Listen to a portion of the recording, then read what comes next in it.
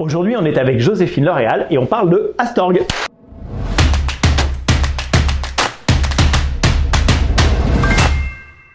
Bonjour Joséphine. Bonjour Stéphane. Joséphine L'Oréal, tu es Managing Director chez Astorg. Tout à fait. On va donc parler aujourd'hui d'Astorg. Et avant qu'on parle d'Astorg, j'aimerais beaucoup qu'on revienne sur ton parcours et que tu nous expliques quelle a été cette incroyable force d'attraction qui t'a mené chez Astorg et quel est ton parcours antérieur. Alors moi, j'ai un parcours relativement classique, si je peux te dire. J'ai fait des études d'économie, j'étais à Dauphine. Puis ensuite, j'ai rejoint une société de gestion qui était la Caisse des dépôts à l'époque. Et j'ai passé près de 15 ans dans l'univers de la gestion d'actifs traditionnels. Et qu'est-ce que tu y faisais ? J'étais responsable de toute la distribution auprès de clients qui étaient ce qu'on appelle le wholesale, donc des banques privées, des sélectionneurs de fonds, des sociétés de gestion, des fonds de fonds, etc. Et pour toute l'Europe. Et donc j'ai fait ça pendant 15 ans. J'ai passé notamment 12 ans chez Edmond de Rothschild Asset Management. Donc j'étais co-head de toute la distribution en Europe. C'était passionnant, j'ai adoré mon métier. Mais après 15 ans, en fait, finalement, je m'apercevais que les investisseurs auxquels je parlais, donc les banques privées notamment, et les multifamily office, recherchaient la performance, peu de volatilité, beaucoup de décorrélation, parce qu'on s'aperçoit quand il y a un choc sur les marchés, tout se recorrèle. Et puis d'investir, entre guillemets, utile, de donner du sens à son épargne. Et ça, c'était vraiment à chaque fois des choses qui revenaient. Et finalement, moi, dans ce que j'avais à offrir en termes de solutions, il n'y avait pas vraiment ce mouton à 5 pattes, si je puis me permettre de m'exprimer ainsi. Et assez naturellement, j'ai commencé à m'intéresser au monde du non-coté. Et très vite, je me suis dit, mais finalement, c'est exactement ce qu'il faut dans une allocation pour un investisseur privé. Ça coche absolument toutes les cases. Et là, il y a eu en fait un petit peu un alignement des planètes, puisque à ce moment-là, il y a eu la loi Macron qui est devenue la loi Pacte et qui a permis de rendre éligible ce type de produit dans l'assurance vie notamment. Et donc, je suis allée toquer à la porte de quelques fonds de private equity en leur expliquant en fait ma vision, en disant voilà, je pense que ça a vraiment sa place pour un investisseur privé. Et c'est vrai que historiquement, les fonds de private equity distribuaient leurs produits essentiellement, pour pas dire quasiment exclusivement, à des grands institutionnels du monde entier, pour des raisons qu'on connaît. Ouais, ou à des grandes familles extrêmement fortunées. Voilà. Donc en fait, toi, ta motivation a été d'ouvrir pour ces fonds de private equity le champ du possible, et on en reparlera tout à l'heure, mais de leur offrir la possibilité de profiter de cette retailisation, c'est-à-dire cette possibilité de devenir accessible au grand public. Comment est-ce que tu as rencontré les équipes de Astorg et qu'est-ce qui t'a passionné dans cet univers et chez Astorg en particulier? Donc moi, en fait, avant Astorg, j'étais chez Apax, donc c'est comme ça que j'ai découvert le monde merveilleux du capital investissement. Et en fait, donc ma mission, c'était vraiment d'ouvrir cette clientèle nouvelle qui sont donc les investisseurs privés. On l'a fait avec beaucoup de succès. On a créé un produit dédié à l'assurance vie. Ça s'est très bien passé. Quelque part, j'avais rempli ma mission. Et puis à ce moment-là, Astorg, qui pour moi sonnait comme une des plus belles sociétés de gestion dans cet univers, me toque à la porte pour me dire, bah voilà, j'ai vu ce que vous aviez fait chez Apax. J'aimerais beaucoup, Astorg, on a envie d'aller sur ce marché, qui est un nouveau marché pour nous, qui a beaucoup de sens. Et donc voilà, c'est comme ça qu'en fait on a commencé les discussions et je me suis dit allez hop, je peux pas résister à la tentation de rejoindre, voilà, pour moi une des plus belles de l'univers du capital investissement. C'est un véritable challenge parce qu'en fait quand on est un fonds d'investissement et qu'on fait du private equity, on l'a dit tout à l'heure, on s'adresse essentiellement à des institutionnels. Oui. Donc le ticket unitaire, c'est quoi chez Astorg? C'est 20, 40 millions, quelque chose comme ça? C'était 10 millions quand on était sympa, entre guillemets. C'est ça. Donc c'est en général entre 10 et 40. Et tout d'un coup, on s'adresse à une population qui a une capacité d'investissement qui va démarrer à combien? Vous avez structuré un fonds avec Zenith. Le ticket d'entrée, c'est 100 000. Tout à fait. Hein, donc c'est pas du tout le même métier. Ça se fait au travers de feeders. Qu'est-ce que c'est un feeder d'ailleurs? Peut-être avant de rentrer dans le détail du feeder, peut-être pour expliquer en fait la transformation. Ce que je disais, c'est vrai que ça reste, le capital investissement reste quand même un marché qui est relativement nouveau quand on le compare à des marchés cotés par exemple. Effectivement, les tickets pour accéder à ces grands fonds de private equity étaient très très élevés et c'est des produits qui ne sont pas liquides. Donc il faut pouvoir mobiliser des grosses sommes d'argent pendant 10 ans. Donc, évidemment, ça ne s'adresse pas à des investisseurs privés. Le monde change. Encore une fois, il y a quand même une volonté très forte de la part du gouvernement français notamment, mais pas que, d'inciter, de flécher l'épargne des Français vers l'économie réelle. Pour qu'une économie soit forte, il faut qu'il y ait des entreprises qui soient solides, innovantes, et tout ça, évidemment, il faut du financement. Et quand on regarde en fait aujourd'hui les entreprises, vous avez 9 entreprises sur 10 qui ne sont pas cotées. Donc c'est quand même en fait c'est le gros de l'industrie et de ce qui est générateur de création d'emplois, etc. Donc c'était assez naturel. Et puis encore une fois, il y a quand même beaucoup de vertus, comme je le disais tout à l'heure, de cette classe d'actifs. Alors comment faire pour rendre accessible cette classe d'actifs, et c'est pour ça qu'en fait le gouvernement a mis plein de choses en place pour permettre l'accessibilité. Et puis, les sociétés de gestion, on va me dire, mais pourquoi aller sur ce segment de clientèle qui est un segment nouveau, etc.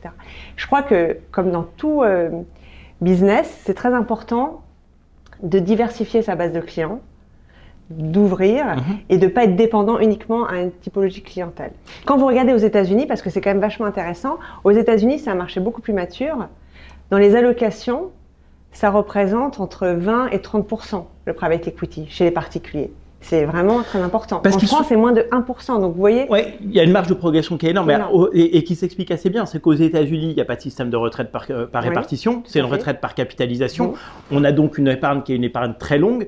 Et les fonds de pension s'investissent majoritairement ou de façon très conséquente en private equity. Et finalement, ce qui est nouveau en Europe, c'est de permettre à chacun d'entre nous de faire la même chose que ce qu'on fait aux États-Unis au travers des fonds de pension, c'est-à-dire à titre personnel, de pouvoir s'investir dans le private equity.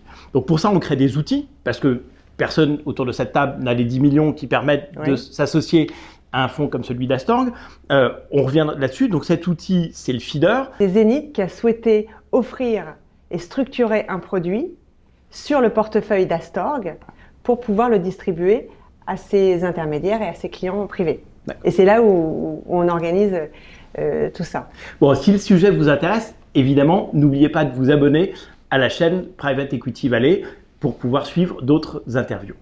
Revenons maintenant sur Astorg. Oui. Comment est-ce que tu définirais le métier d'Astorg? Alors, notre métier, il est… je ne sais pas s'il est simple, en tout cas, il est très clair. Notre mission, c'est vraiment d'accompagner et de financer des entreprises qui ne sont pas cotées en bourse et les aider finalement à accélérer leur croissance, leur développement. C'est marrant d'ailleurs parce que tu positionnes ton métier côté entreprise et pas côté investisseur. Oui, c'est vrai. Ouais, mais c'est passionnant. C'est vraiment ça le cœur du réacteur. Et Astorg, alors on a au niveau de notre ADN, finalement c'est une entreprise d'entrepreneurs puisque ça a été créé, alors je ne vais pas vous raconter toute l'histoire d'Astorg, mais c'est assez intéressant, c'était en fait, ça a été créé il y a 25 ans, donc on a la chance d'avoir un très long historique de performance, de voir comment on a pu se comporter dans des marchés très différents. C'est très important en matière de private equity, hein. On y reviendra tout à l'heure, mais dans la classification des fonds, c'est quand même un élément absolument essentiel. Le track record, c'est-à-dire cette historique de performance, est très important, surtout que comme c'est un marché qui est relativement nouveau, entre guillemets, il y a finalement peu de sociétés de gestion qui ont des tracks aussi longs. Oui, et puis c'est important parce qu'on est sur des cycles qui sont des cycles très longs. Donc, si on n'a pas un track record suffisamment long, on n'a pas la capacité à démontrer qu'on a fait plusieurs fois le cycle. Tout à fait. Donc, les 25 ans de performance d'Astorg, ils sont extrêmement importants dans notre appréciation de votre capacité à créer de la valeur. Tout à fait. Et en 25 ans, on a vu beaucoup de cycles avec des crises assez majeures quand même. Donc, c'est ça qui est intéressant. Et donc, on en reparlera tout à l'heure, mais voir concrètement comment on a pu accompagner ces entreprises. D'abord, comment c'est organisé Astorg? Combien il y a de personnes? Comment est-ce qu'on détecte ces opportunités? Alors, pour revenir sur notre métier, donc je disais c'était d'accompagner et d'accélérer la croissance des entreprises.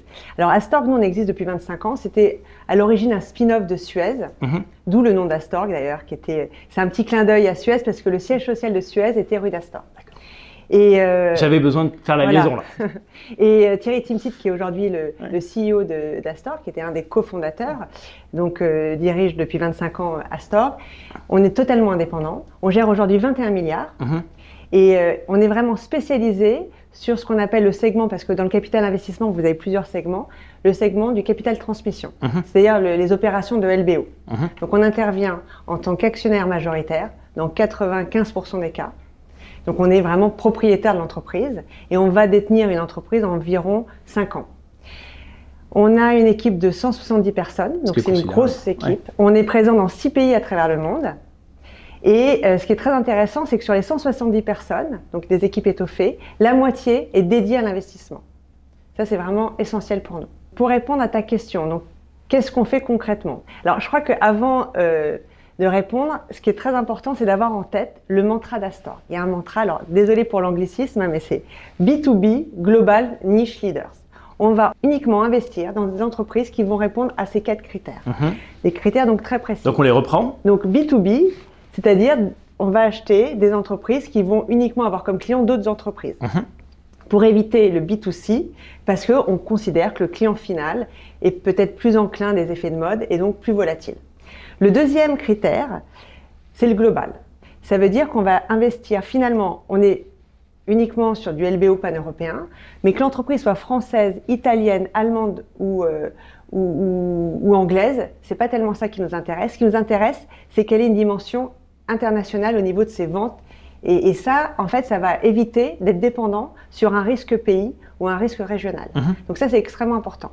La troisième brique, c'est niche. Alors niche, ça ne veut pas dire petit, ça veut dire hyper spécialisé. C'est-à-dire qu'on veut vraiment investir dans des entreprises qui vont avoir, dans la chaîne de création de valeur, une partie qui va être essentielle.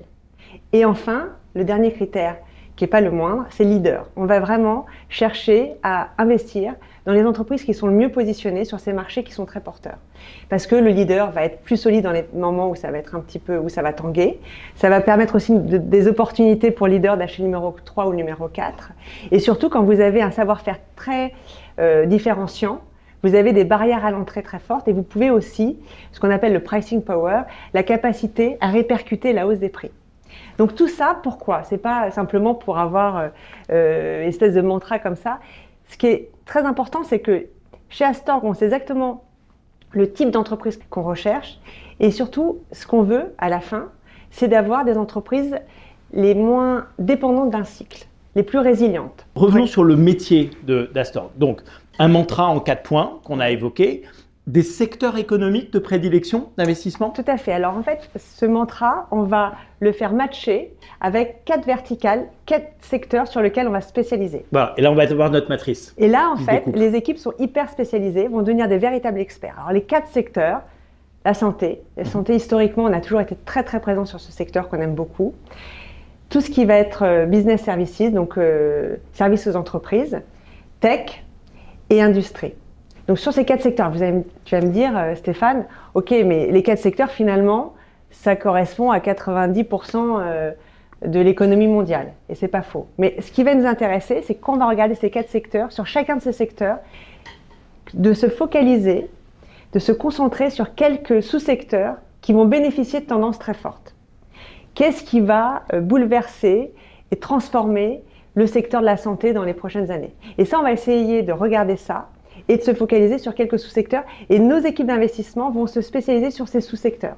Et donc vont devenir de véritables experts.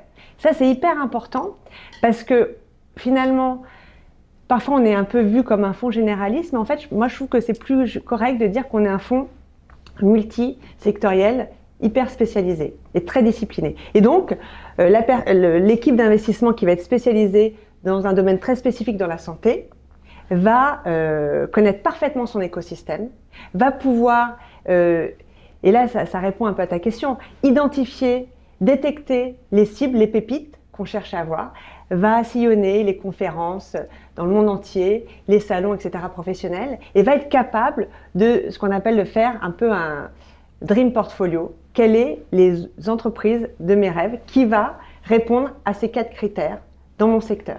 Donc c'est vous qui allez faire votre marché, c'est vous qui détectez ces entreprises, plus que elles qui viennent à vous. Tout à fait. Alors, une fois qu'on a détecté une entreprise… Excuse-moi, je te coupe Stéphane, mais ça c'est très important parce que concrètement, un deal sur 2, et c'est énorme, un sur 2 chez Astorg a été préempté et ne fait pas partie, est hors processus d'enchère. Donc clairement, ça veut dire qu'on n'attend pas… hors marché. Voilà, c'est hors marché et c'est vraiment, on n'attend pas d'avoir un mémo d'une grande banque d'affaires pour pouvoir aller faire la due deal. C'est nous qui regardons, qui détectons, qui allons rentrer en contact avec l'équipe dirigeante ou avec les fondateurs, trouver un angle, échanger, et ça dure des années. Et ça, c'est hyper important. C'est là que j'allais y venir. En fait, c'est ça qui est absolument passionnant. Donc, on reprend notre process.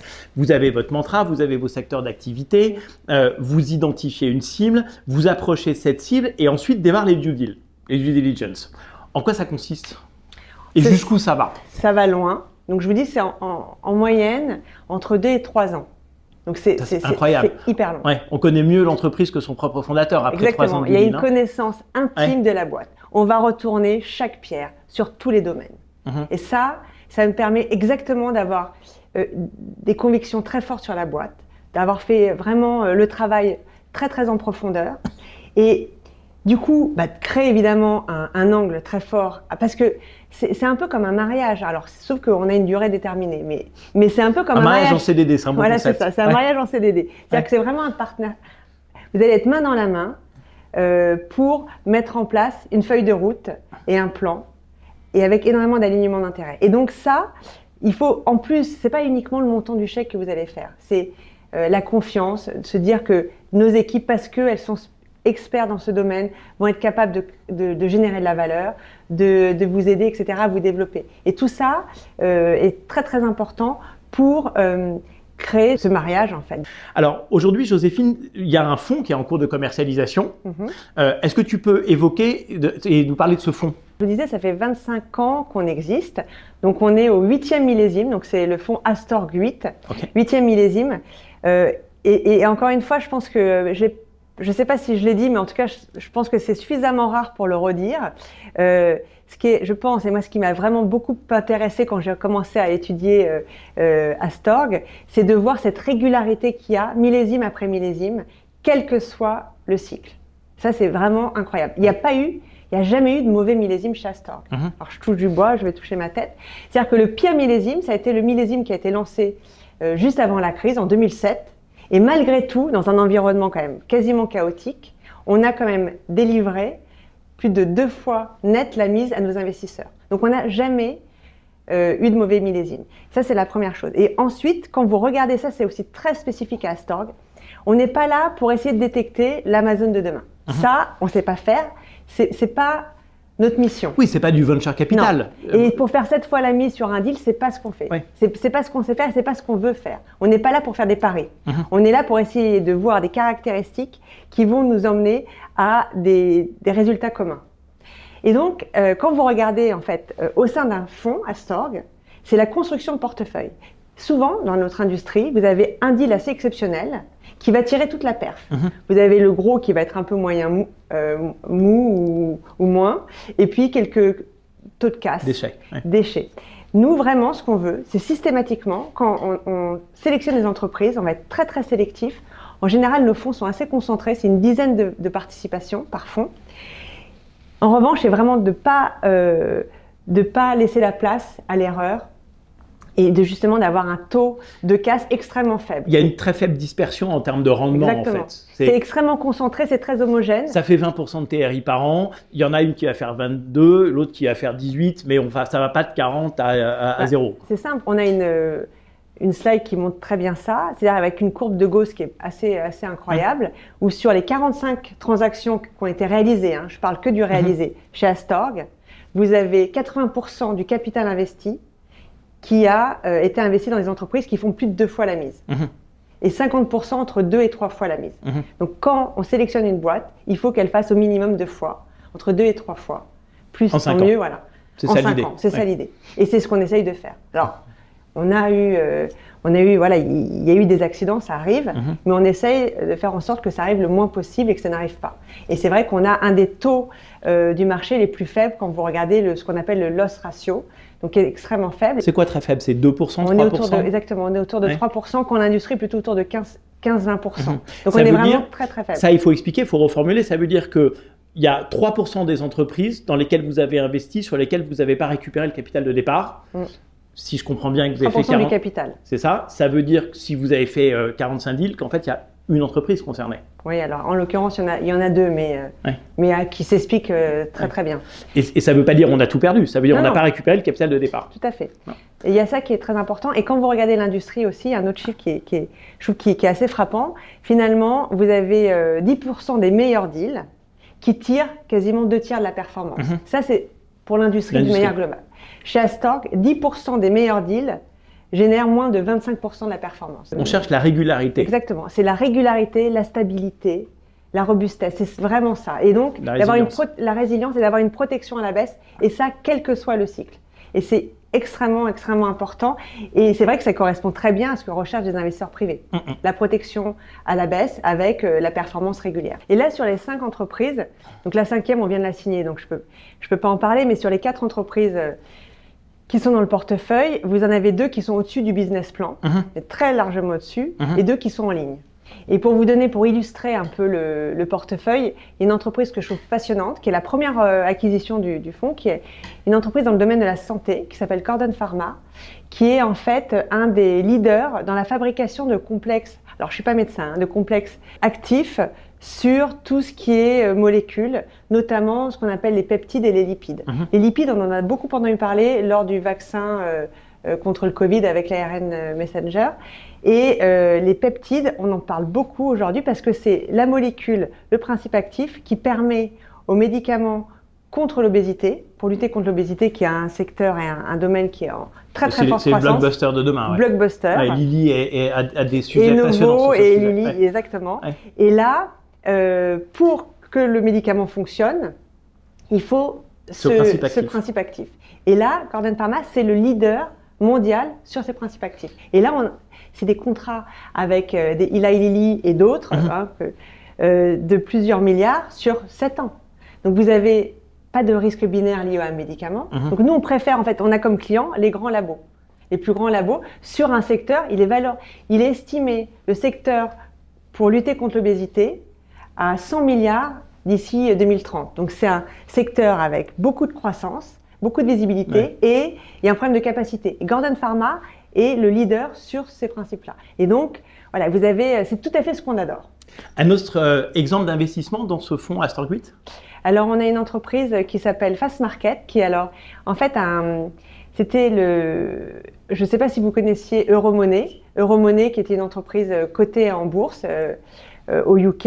Et en fait, au sein d'Euromoney, donc qui est plutôt les médias, il y avait une pépite qu'on avait détectée sur tout ce qui va être, c'est un peu le Bloomberg pour définir des prix sur des matières premières très spécifiques. Tout ce qui va être lié à des matières premières autour de tout ce qui est forêt, etc., etc. Et là, cette entreprise, elle fonctionne extrêmement bien. Vous vous abonnez, donc c'est très récurrent. Je vais prendre l'exemple de Ferrero, qui a besoin d'acheter de l'huile de palme pour fabriquer les Ferrero Rocher. Et ben, ils sont obligés de passer par Fastmarkets pour déterminer un prix. Donc vous n'avez pas le choix que de passer par cette plateforme. Et ça, c'est pareil, c'est tout ce qu'on aime parce que c'est pas du tout dépendant du cycle. Il y a énormément de création de valeur. Et là aussi, on fait pas mal d'acquisitions sur des marchés de niche pour ça. Bon, bah, si vous aussi vous avez des questions à poser à Joséphine, vous pouvez les mettre en commentaire de cette vidéo et on se fera un plaisir, Joséphine et moi-même, d'essayer d'y répondre. Dernier élément, Joséphine, très important, je crois qu'il y a une date limite pour souscrire au fonds Astorg 8 et que c'est demain. C'est très vite. Alors le fonds Zenith IS Astorg 1, c'est demain, c'est le 15 avril, fermeture définitive du fonds. Donc on s'y prend pas le 14 ? On essaye de se positionner rapidement sur le fond. Mais c'est vrai on pense que ça sera un grand millésime. D'ailleurs, les millésimes qui sont lancés en période difficile sont généralement des très bons millésimes. Bien sûr. Donc on est très confiant et puis on a, en termes de pipeline, beaucoup de bonnes idées et de cibles qu'on a détectées. Et voilà, donc on espère des pépites. Bon, j'ai trouvé cette interview absolument passionnante. Merci beaucoup, Joséphine. Merci, Stéphane. On se retrouve bientôt pour d'autres interviews, mais n'hésitez pas à revenir vers nous si participer à l'aventure d'Astorg vous passionne comme nous.